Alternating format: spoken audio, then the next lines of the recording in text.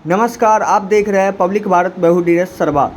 खबर समस्तीपुर जिला के रोसड़ा विधानसभा से है, जहां जनस्वराज के सभी प्रतिनिधियों द्वारा बिहार बदलाव यात्रा का आगाज किया गया। इस यात्रा को लेकर स्थानीय लोगों में खास उत्साह देखने को मिला। आयोजक के अनुसार यह यात्रा सिर्फ एक राजनीतिक अभियान नहीं, बल्कि बिहार की नई सोच, नया संकल्प और नया विकास का नया रास्ता है। कार्यक्रम में जनस्वराज परिवार के सभी पदाधिकारी, कार्यकर्ता और बड़ी संख्या में आमजन शामिल हुए। यात्रा के दौरान सभी संभावित प्रत्याशी भी उपस्थित रहे और उन्होंने लोगों से सीधा संवाद कर क्षेत्र के विकास का खाका पेश किया। आज बिहार बदलाव यात्रा में आप अपने क्षेत्र में भ्रमण किया है, क्या रिस्पांस मिला है जनता से? सबसे पहले सभी को प्रणाम। जहां भी जा रहे हैं जनता के द्वारा बहुत अच्छा रिस्पांस है। लोगों में दिख रहा है कि वो बदलाव चाह रहे हैं बिहार में। जिस तरीके की समस्या वो पिछले कई दशकों से झेल रहे हैं बिहार के लोग, उनमें भी वो भावना है कि किसी भी तरीके से बिहार में इस बार सत्ता परिवर्तन होना चाहिए। रोसड़ा विधानसभा के लिए सबसे बड़ा मुद्दा क्या है? रोसड़ा विधानसभा में कई मुद्दे हैं भैया। जैसे अभी हम अब चर्चा कर रहे थे कि रोसड़ा को जिला बनाने की बात, पिछले कई दशकों से रोसड़ा की जो जनता है वो यही डिमांड कर रही है कि रोसड़ा को जिला बनना चाहिए। दूसरी ये बात है कि रोसड़ा में जाम की समस्या, रोसड़ा में जाम का समस्या बहुत ज्यादा है।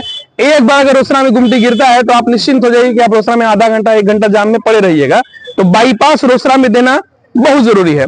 दूसरा है शिक्षा व्यवस्था। रोसड़ा में शिक्षा व्यवस्था जो भी स्कूल या कॉलेजेस हैं बहुत बढ़िया नहीं है। अभी भी आप देखिएगा रोसड़ा में यूआर कॉलेज में बच्चे प्रोटेस्ट कर रहे हैं, वहां पे 5 करोड़ का लगभग आसपास घोटाला हुआ है। तो जो बच्चे हैं वहां पे प्रोटेस्ट कर रहे हैं कि जो पैसे सरकार कॉलेज के बच्चों के लिए देती है उसको घोटाला करके उस 5 करोड़ का इस्तेमाल किया गया घोटाला में। मतलब कि कॉलेज में जो पैसा है वो इंफ्रास्ट्रक्चर के लिए है, अगर बच्चे स्पोर्ट्स में है तो इक्विपमेंट्स के लिए है, लाइब्रेरी में बुक्स हो उपलब्ध ताकि ज्यादा से ज्यादा बच्चों को किताबें मिल सके जो गरीब बच्चे वहां पे पढ़ रहे हैं, हॉस्टल में अच्छी सुविधा हो, मेस में अच्छा खाना मिले, तो इसके लिए सरकार वहां पैसा प्रोवाइड कर रही है। लेकिन उस चीज को मान के चलिए आपकी सब घोटाले में 5 करोड़ रुपए दबा लिए हैं। आप देखिए कि रोसड़ा में सिर्फ ग्रेजुएशन तक की पढ़ाई की व्यवस्था है, पीजी की पढ़ाई की व्यवस्था में रोसड़ा में होना चाहिए।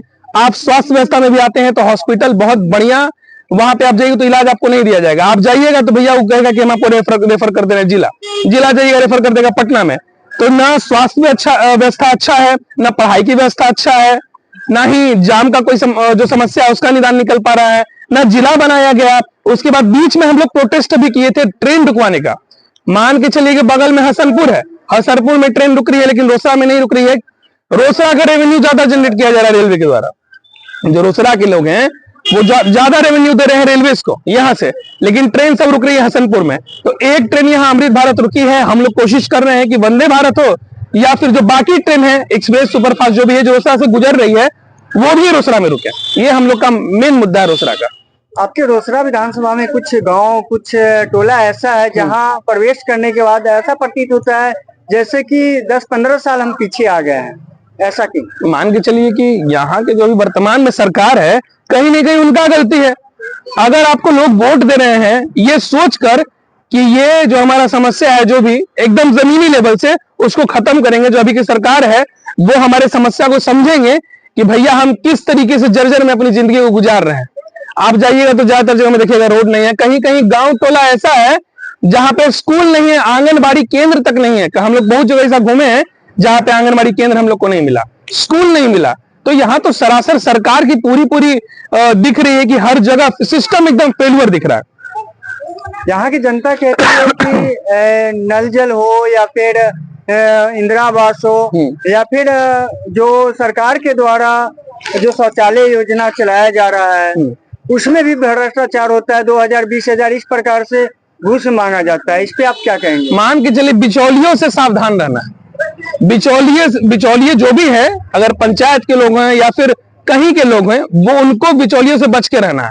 आप जाइएगा ब्लॉक में तो कई लोग मिल जाएगा, लाओ हमें बाथरूम पास कराई दे हमरा रुपा लाओ, आवास पास कराई दे हमरा रुपा लाओ, आवास बनाई दे चाहे जाति आवासीय बनाई दे हमरा रुपा लाओ। तो उन लोगों से बचना है। आपने जिसको चुना है, जनता का जो प्रतिनिधित्व कर रहा है, पंचायत से हो कि आपका विधानसभा से हो कि लोकसभा से हो, आप डायरेक्ट उनसे मिलिए। आपने वोट किया है तो आपका अधिकार है कि आप डायरेक्टली उनसे जाके बात कर सकते हैं, अपना डिमांड कर सकते हैं, क्योंकि आपके द्वारा वो चुने गए हैं, आपका प्रतिनिधित्व वो कर रहे हैं। जनता को समझना चाहिए कि भैया आपको बिचौलियों के पीछे नहीं जाना है, आपको डायरेक्ट उनसे मिलना है जिनको आपने चुना है। जनता तो कहती है कि विधायक जी, मंत्री जी हम नजरे नहीं आते हैं। कैसे नजर आएंगे? आप ऐसे लोग को चुन ही रहे हैं जिनको जनता से कोई मतलब ही नहीं है। मान के चलिए एक बार आए हैं, अपना सीट जीते, वहां से निकल गए, जनता त्रस्त हो रही है, परेशान हो रही है, उससे कोई मतलब नहीं। बिल्कुल लोग का कहना एकदम वाजिब है। दूसरा, विधानसभा की जनता से आप क्या अपील करेगा? हम यही अपील करेंगे कि एक बार आप लोग जनसुराज को मौका दीजिए।